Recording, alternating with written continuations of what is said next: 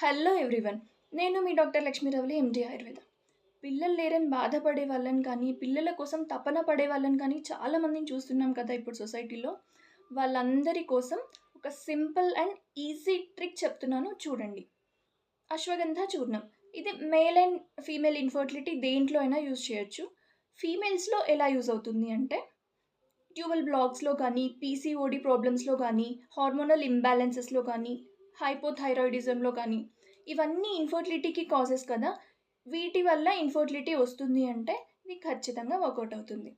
మీకు cycle start అయిన 4థ్ to 6థ్ day morning లేవగానే ఒక కప్ పాలల్లో అశ్వగంధ చూర్ణం స్పూన్ వేసుకొని తాగేసేయండి.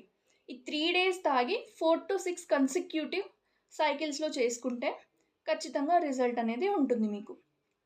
మేల్స్‌లో టెస్టోస్టిరాన్ లెవెల్స్‌ని నార్మలైజ్ చేయడానికి కానీ, స్ట్రెంత్ అండ్ స్టామినాని ఇంప్రూవ్ చేయడానికి కానీ ఇది యూజ్ అవుతుంది.